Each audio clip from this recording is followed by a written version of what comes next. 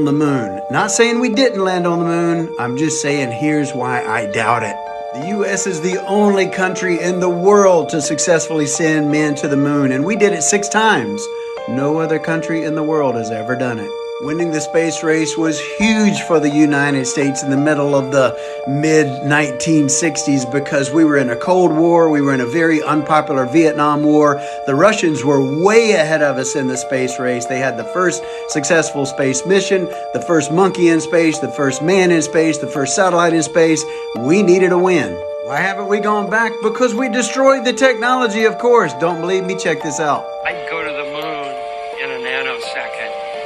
The problem is we don't have the technology to do that anymore. Why? The problem is we don't have the technology to do that anymore. What happened? We used to, but we destroyed that technology. We destroyed it. It's a painful process to build it back. No one's ever been past the Van Allen radiation belts. Don't believe me? Check this out. As we get further away from Earth, we'll pass through the Van Allen belts, an area of dangerous radiation. Radiation like this can harm the guidance systems, onboard computers, or other electronics on Orion.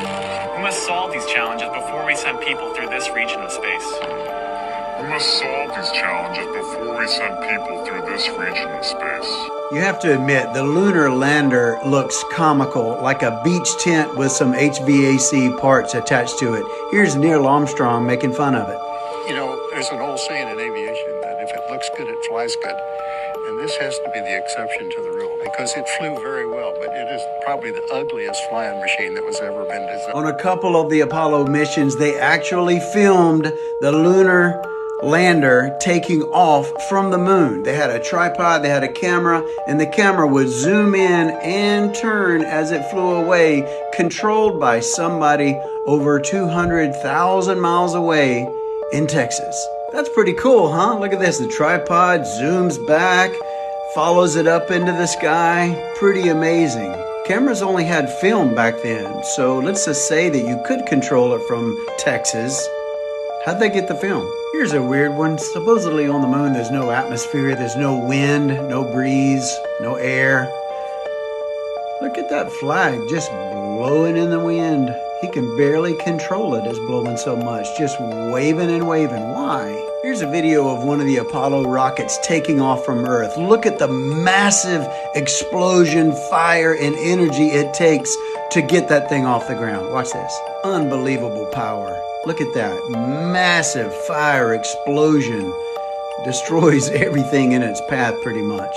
Unbelievable. You would expect the lunar lander taking off from the moon would have equal power, or at least half the power of that massive explosion, but instead there's a couple of sparks, a little bit of breeze. Watch this video how they put the American flag up by tapping a pole down into the sand, and then they film the takeoff, and the takeoff power doesn't even blow the flag over. Watch him tapping that pole into the rock of the moon. It just tap, tap, tap, little tap, tap, tap, even left-handed. It just sinks down into the rock. Now watch this takeoff. The massive power.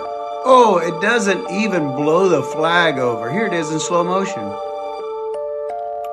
Didn't require that much power. Neil Armstrong, the first man on the moon. You would think that would be a big deal and they would be equipped with all kind of photos. You know how many photos of Neil Armstrong there are on the moon? 2. Greatest accomplishment in history. 2 photos of him on the moon. And watch this interview. Any interview he ever had, he was extremely awkward and tried to tell us the truth. That July morning in 1969 when you came out and you gave that thumbs up, I mean, that was a very confident view you put on. Yeah, it was a little bit of a sham, I admit. A sham? We were confident in the equipment and our own readiness to go, but you know, the reality is a lot of times you get up there, get in the cockpit, and something goes wrong somewhere, and you go back down. This is another funny one. Nixon's phone call to the moon. Okay, yeah, he didn't phone call landline to the moon. He called Houston, Texas, and was tied into a radio that was communicating with the moon. But radio communications requires massive antennas on both sides. Where was the massive antenna on the moon on the lunar module. That phone call took place June 20th, 1969 at 11:49 Eastern Time. So Universal Time, this is the time it would be. Let's see where the moon is in relation to the Earth, if that radio call was even possible. So it would have to be from the United States to the moon, a direct shot, so nothing was in the way, not the curve of the Earth. But as you see in this video, the moon is behind the curve of the Earth from where they made that call in Washington, D.C. and Houston, Texas. Follow me on this one. They say we weigh 1/6 what we weigh on Earth on the moon. So if I weighed 180 pounds and I've got a 180-pound spacesuit on, that's 360 pounds divided by 6 is 60 pounds. So if these spacemen in their suits were 60 pounds, like a 60-pound kid walking around, why would they look like this? I'm going to show you in slow motion the way NASA gave it to us, and then I'm going to show you in normal speed. Look how comical this is. Here it is in slow motion as NASA gave it to us, kind of floaty. Oh my gosh, that's so cool. I wish I could be up there on the moon and bounce around like them. Look at them just practically floating. How many 60-pound kids on Earth walk around like that? I would say 0. 60 pounds is 60 pounds.